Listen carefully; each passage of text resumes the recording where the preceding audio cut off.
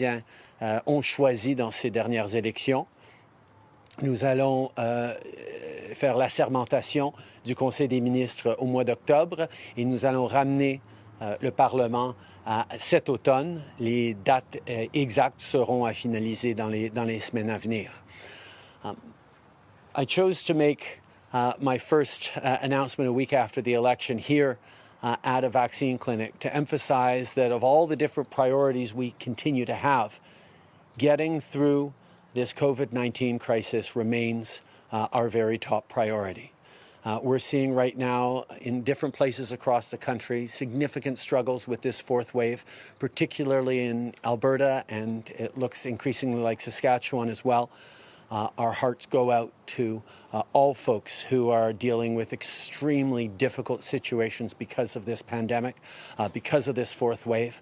I can assure you that over the past week, officials at all levels of government have been engaged with their counterparts in Alberta and in Saskatchewan to offer any and all support we can offer, from equipment like ventilators that we've already begun sending out to human resources, whether it's Canadian Armed Forces or Canadian Red Cross, whether it's facilitating the offers from other provinces who've offered to send folks to support. We will be there to support people in Alberta and Saskatchewan and anywhere across the country where people are continuing to face the challenges around COVID.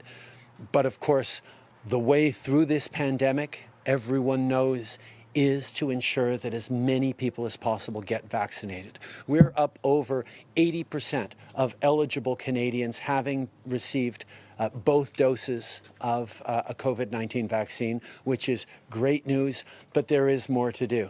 Here in this vaccine clinic today, I was able, first of all, to thank the incredible frontline workers from Ottawa Public Health who really have stepped up, not just these days, but over the past 18 months to ensure that people are getting vaccinated. But I also had the opportunity to chat with some people who decided that it was finally time to get their first dose, and I thank them for it. And it's, there are a lot of different reasons people are deciding to get vaccinated after having been unsure for a number of months, and I'm just so pleased that they're doing that. It was a combination of I need it for work, I'm doing it for my kids, I want to get back to the things I care about.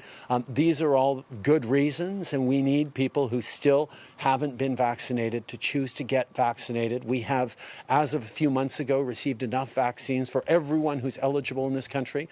So please step up and do what you need to do to keep yourself, your family, your community, and indeed our country safe. We know that getting vaccination rates up is the way to ensure not only we're keeping our loved ones safe, but we're keeping our health systems from getting overloaded.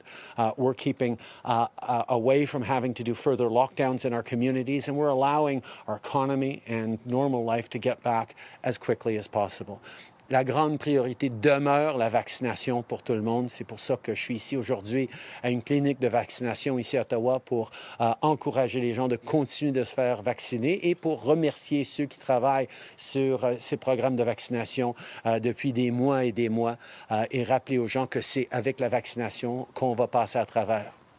C'est pour ça que je suis content d'annoncer que nos priorités en tant que gouvernement vont commencer avec 5 choses concrètes qu'on va faire pour la vaccination. Tout d'abord, nous avançons immédiatement sur le mandat pour les employés du gouvernement fédéral qui devront se faire vacciner. On aura des annonces dans les jours et les semaines à venir là-dessus. Deuxièmement, tout le monde de 12 ans et plus à bord d'un avion ou d'un train va devoir être vacciné. On avance là-dessus. Troisièmement, on va établir un système de certification de vaccination pour les déplacements à l'international pour s'assurer que les pays partenaires à travers le monde vont pouvoir reconnaître et accepter des preuves de vaccination canadiennes. Quatrièmement, comme promis, nous allons être là pour rembourser les provinces sur les dépenses qu'ils ont faites sur les certificats de vaccination. On sait que ces passeports vaccinaux sont essentiels pour un retour à la normale pour le plus grand nombre de personnes. Et donc, nous allons être là pour enlever les préoccupations financières des provinces pour ce programme-là. On va les rembourser pour cela. Et cinquièmement, on va préparer de la législation pour protéger nos travailleurs de la santé, pour s'assurer que quiconque harcèle ou intimide des travailleurs de la santé en fonction ou en route vers leur travail soit face à des peines criminelles. Vaccination is and continues to be a huge priority for us as a government, and that's why we're going to be moving forward on 5 clear things, commitments we made during this election as our first priorities. First off, we're going to ensure that the federal public service is vaccinated. There is a clear requirement of vaccination for anyone who works for the federal government. Second, we're going to make sure in the coming weeks that anyone 12 or older who wants to get on a plane or a train be fully vaccinated. Third, we're going to continue work on establishing international proof of vaccination so that Canadians who are fully vaccinated, who want to travel overseas, are fully recognized in their vaccination status when they travel.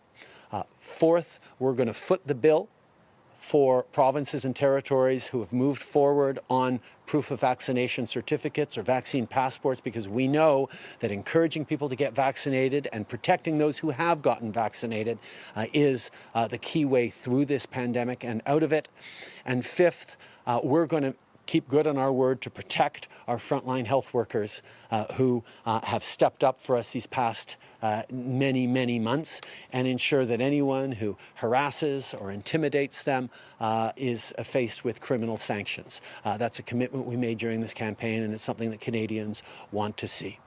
On top of that, we have many other priorities that we're going to be working on, whether it's completing the childcare agreements with the provinces so that $10 a day childcare is a reality as soon as possible right across the country, which is both great for families but also great for the economy and the recovery. We're going to be moving forward on 10 days paid sick leave for federally regulated areas and work with the provinces to make sure that they're stepping up on that in their jurisdictions as well. We're going to keep making sure that we're moving forward on housing and on supports for people on affordability and growing the economy. Nous allons continuer de nous concentrer sur l'économie, sur des places en garderie, sur l'aide au logement, sur les enjeux que je sais ont préoccupé énormément de Canadiens pendant cette élection. On va aussi se préparer pour la conférence à Glasgow sur les changements climatiques, où nous avons des plans extrêmement ambitieux à mettre en marche sur lesquels on s'est fait élire dans cette dernière élection. Nous allons continuer là-dessus. We're going to prepare to go to Glasgow for the COP26 on the environment with ambitious commitments and continue to improve our opportunities to create jobs and careers for people in a greener, cleaner economy as Canada transforms its approach, and we support workers through that transformation. And finally, this week, we will be marking the very first National Day of Truth and Reconciliation. We have celebrated September 30th as Orange Shirt Day for a number of years, but now it is also the National Day for Truth and Reconciliation. It'll be an important moment for all Canadians to reflect on both the historic legacy of harm that residential schools has created, but also the very current echoes in the present and in the future that those harms and those mistakes made by Canada in the past continue to deliver. So this Thursday will be an important day for reconciliation as we continue to make that a key priority for our government. Lots to do, lots of work ahead, but I'm very excited about it and very excited about getting back to work this past week alongside Christian and to come an extraordinary team of Liberal ministers and MPs.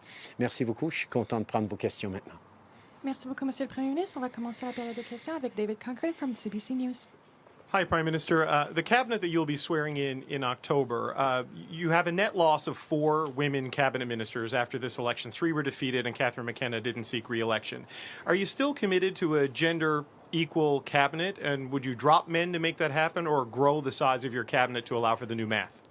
One of the challenges that we always have as a Liberal Party in forming government is there are amazing extraordinary candidates who get elected right across the country. And I will be seeking, as I always do, to ensure that there is a proper regional distribution, that there is a range of skills and diversity around the table, but it is a base starting point that we have gender parity in any cabinet I put together.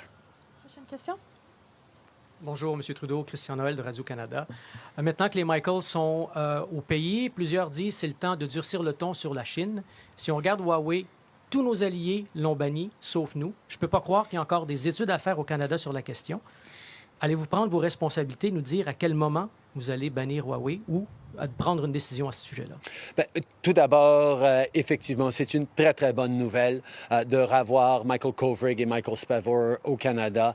On a travaillé de façon extrêmement ardue sur cet enjeu-là depuis des années et on doit remercier nos alliés, nos partenaires à travers le monde qui sont restés solidaires, pas juste des Canadiens, mais de ces deux Canadiens-là.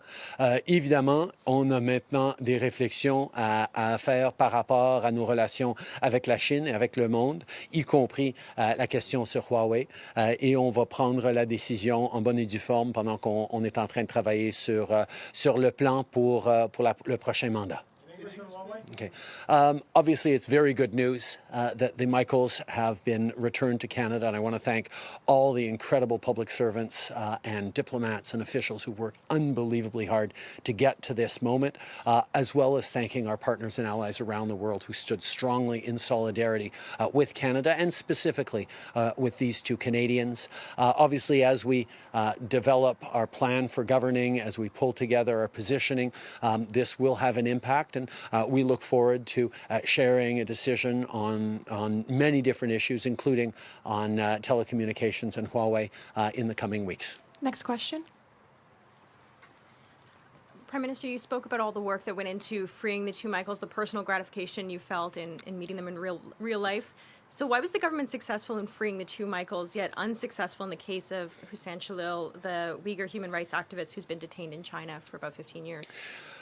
There is always more to do. As a government, we have continued to stand up for human rights around the world, and we will continue to stand up for human rights around the world. I think in the case of the Michaels, the challenge of their detention for political reasons was something that galvanized both public opinion in Canada and around the world. And we were able to demonstrate that we are a country of the rule of law, and we never flinched on applying the fundamental rules of our justice system, of our approach on that. And we will continue to advocate for people who are wrongly imprisoned around the world, as we have for many years, as we will continue to.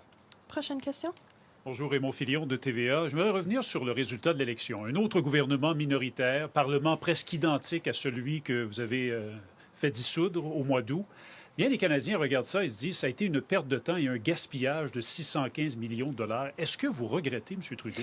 Non, pas du tout. Parce que, justement, les discussions, les débats qu'on a eus pendant cette élection ont démontré que les Canadiens ont choisi un gouvernement extrêmement ambitieux. On a un mandat pour aller encore plus fort, encore plus vite, pour contrer les changements climatiques et transformer notre économie. On va pouvoir continuer à avancer sur les places en garderie et les garderies à 10 $ à travers le pays. On va continuer d'investir pour bâtir un pays plus vert, une économie plus forte, plus innovatrice.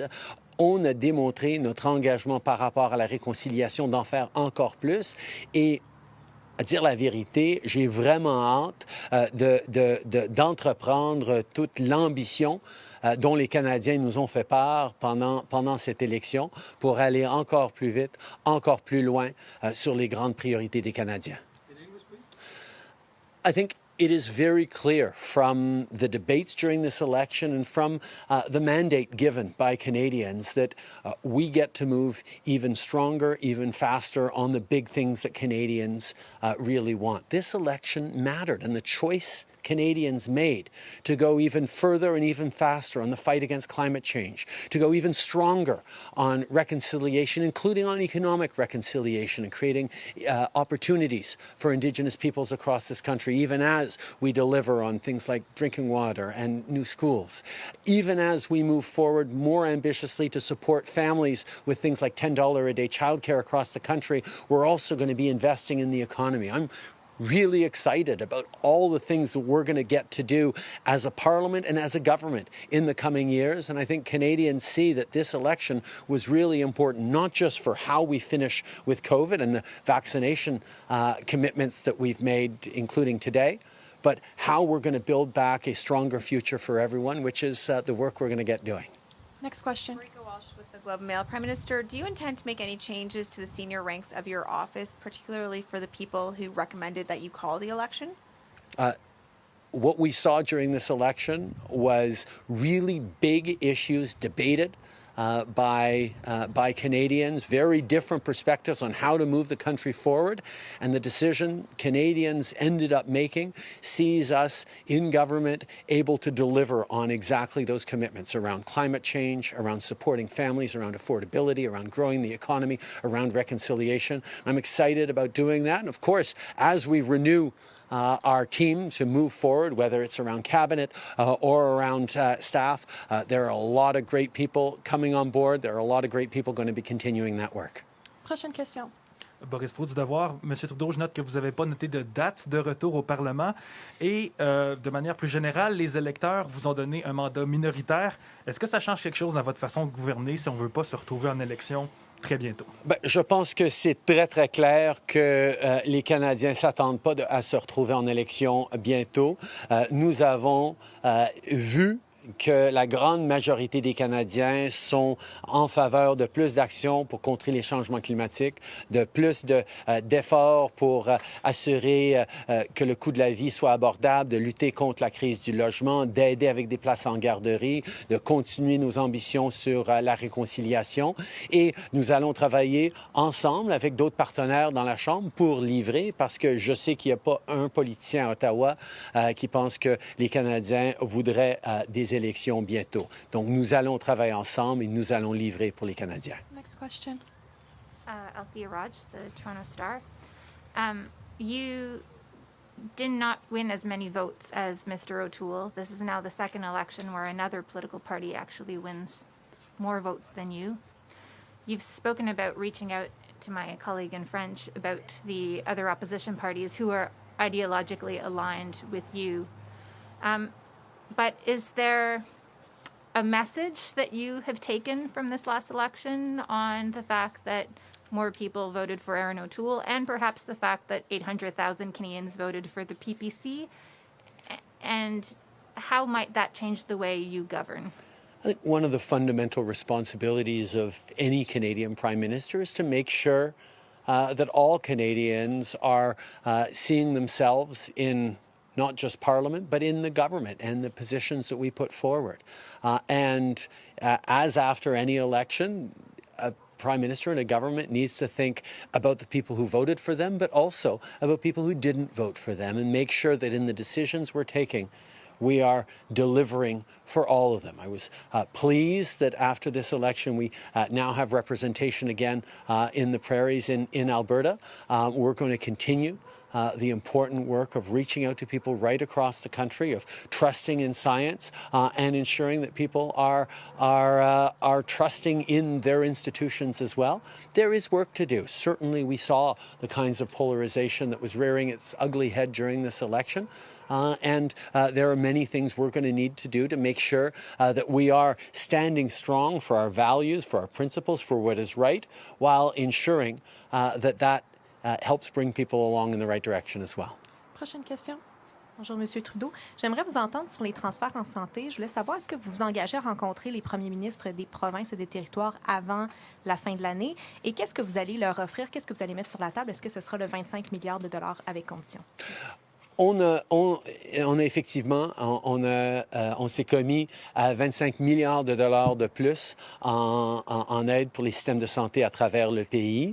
Nous sommes très contents d'offrir ces investissements pour la santé mentale, pour en finir avec les délais et les défis accumulés à cause de COVID, mais aussi au fil des années dans les files d'attente, et aussi pour embaucher plus d'infirmières et de médecins qu'on sait sont vraiment nécessaires. Mais comme je dis depuis plus qu'1 an, on va être là pour augmenter les transferts en santé vers les provinces et j'ai hâte de m'asseoir pour en discuter. Mais comme j'ai aussi dit pendant les élections, nous attendons à un niveau de transparence et de redevabilité. Ce ne sera pas sans condition, mais on va discuter avec les provinces sur comment nous allons pouvoir s'assurer que les gens à travers le pays reçoivent les services nécessaires avec les investissements des dollars des contribuables. Next question. Sorry. Yeah. I've been very clear from the beginning that we know there is need for more investments in our healthcare systems across the country, which is why we put forward the most ambitious plan on health transfers to the provinces, which include $25 billion over the coming 5 years for priorities that everyone recognizes. More support for mental health treatments and services, more supports with more doctors and nurses, and immediate injections to end the backlogs that have accumulated in surgeries and treatments across our system because of COVID, but also that existed before. So we will be there to increase investments in health, and I look forward to sitting down with the premiers to discuss these issues. But as I've said a number of times, we are going to be working together in partnership to expect results. That means there will not be zero conditions, but they will be expectations that we're able to work together to deliver concretely for Canadians with taxpayer dollars. Prochaine question. Yeah, good morning, sir. Ryan Templeton, National Post. The Quebec government is laying off 17,000, potentially laying off 17,000 workers, healthcare workers, because they haven't been vaccinated. You have a similar mandate for the public service. Are you prepared to lay off tens of thousands of workers? And can you say in detail how this process is going to work for public workers who mandated to have a vaccine? I have announced today that it is one of our priorities, as I said before the election, that all workers in the federal public service be vaccinated. The public service and the unions have been working on that over the past number of weeks. We will have more to say when we make the announcement in the coming weeks. Good morning, Next question. Sorry. Good morning, Prime Minister. Kevin Gallagher, CTV National News. The situation with COVID in Alberta and Saskatchewan is becoming quite dire. I know that you said you're setting some ventilators. There's about 8 ICU nurses that the federal government's managed to send to Alberta, but that simply might not be enough. At what point in time does the federal government need to intervene when provincial policies are costing Canadian lives? I made a simple promise to Canadians at the beginning of this pandemic that we would have their backs as long as it took, whatever it took. And that, of course, continues to apply in Alberta and Saskatchewan and anywhere where people are still struggling with terrible impacts of this pandemic.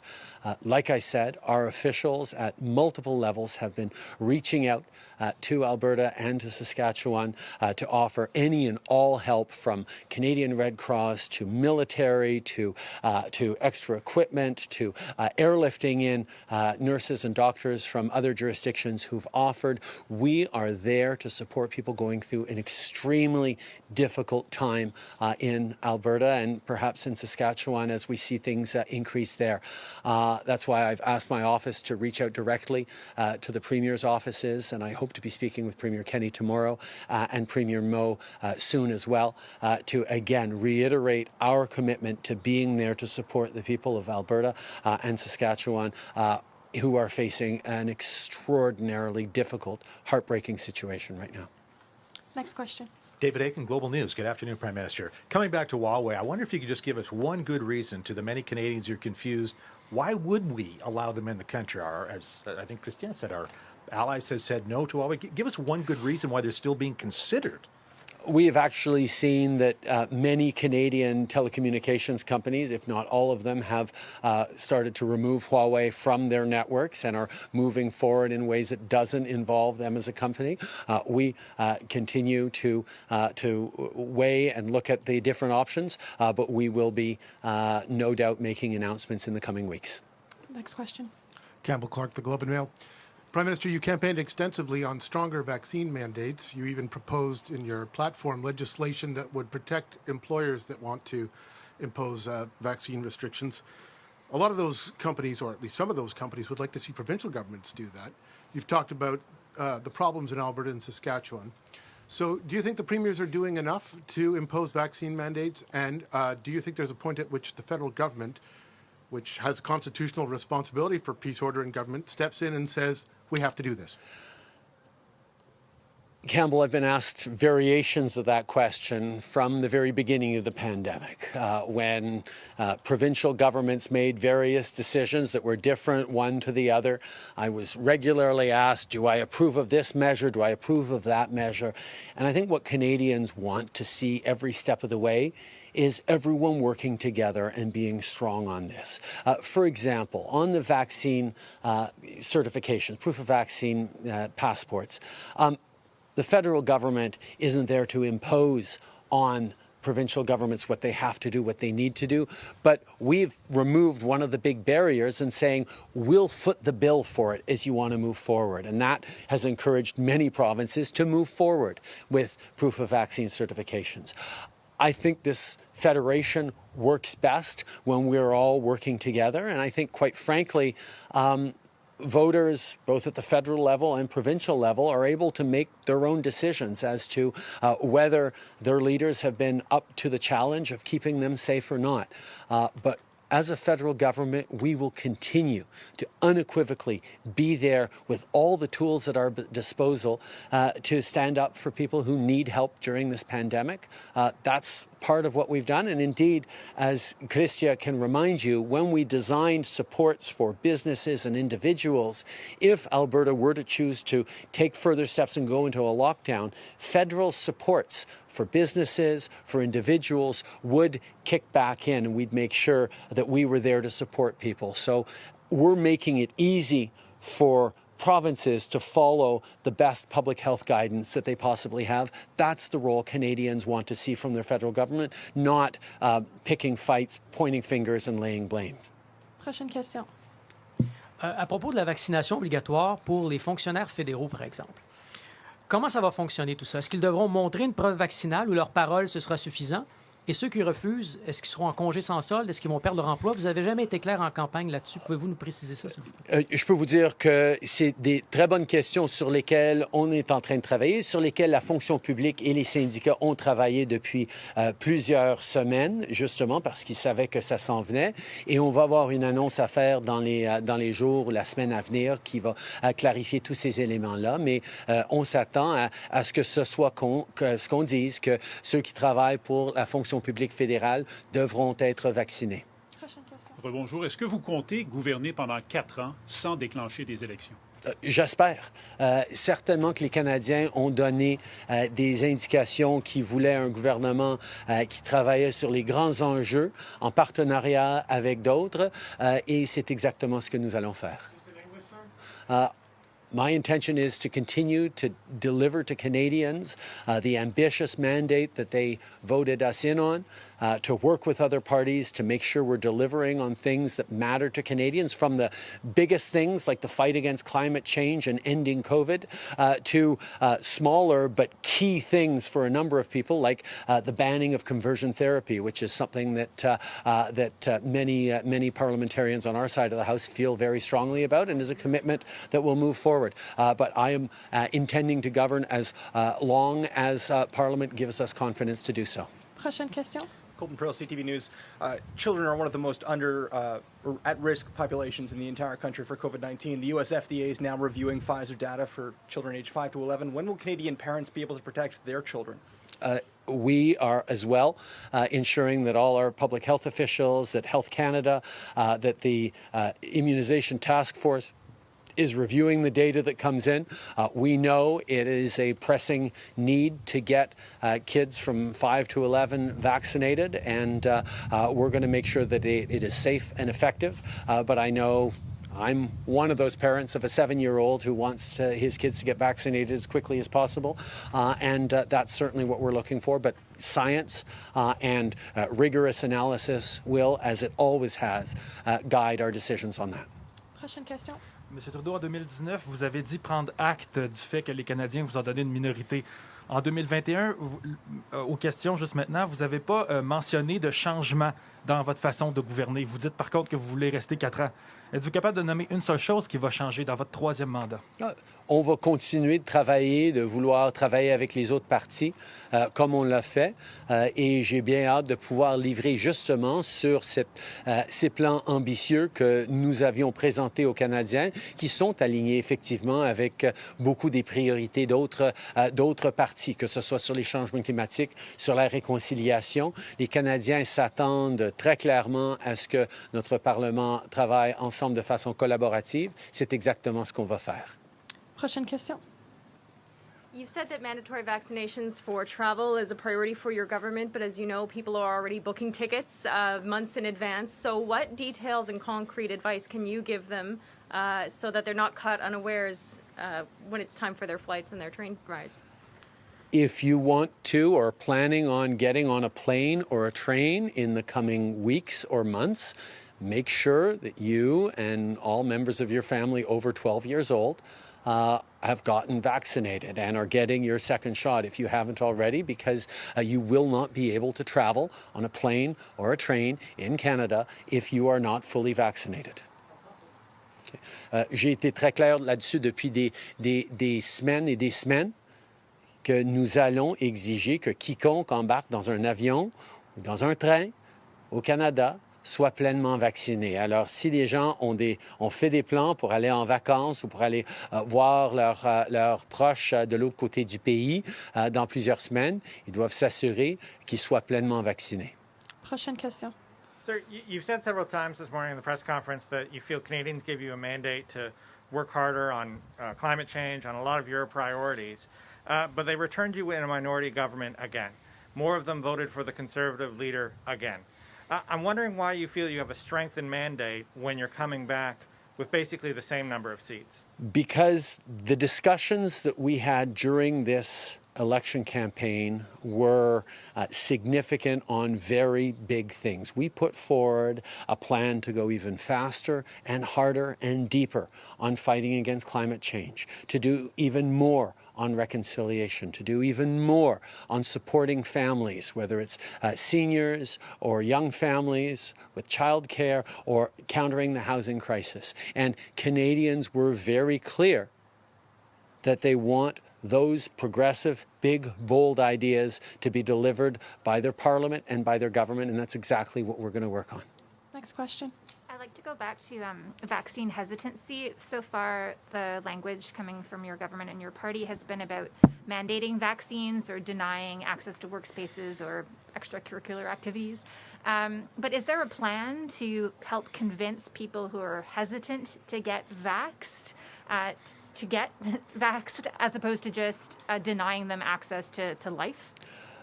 I'm a little dismayed, Althea, that you haven't noticed that over the past 4 or 5 months, that's exactly been our approach as a government, that we make sure that we are reaching out to communities, that we're reaching out within language, convincing that we do mobile vaccination clinics that have been in communities, that have been responded to people where they are. And that's one of the reasons we are steadily seeing an uptake in vaccines across this country. And indeed, whether or not it's working according to you, Canada remains one of the very top countries in the world in terms of levels of double vaccination. Now, yes, there is more to do, and we will continue to reach out to communities, to convince people to get vaccinated. That's something we will do in all sorts of different ways, but they will include, as the individuals I spoke with today who finally decided to get their first doses said, I need it for work.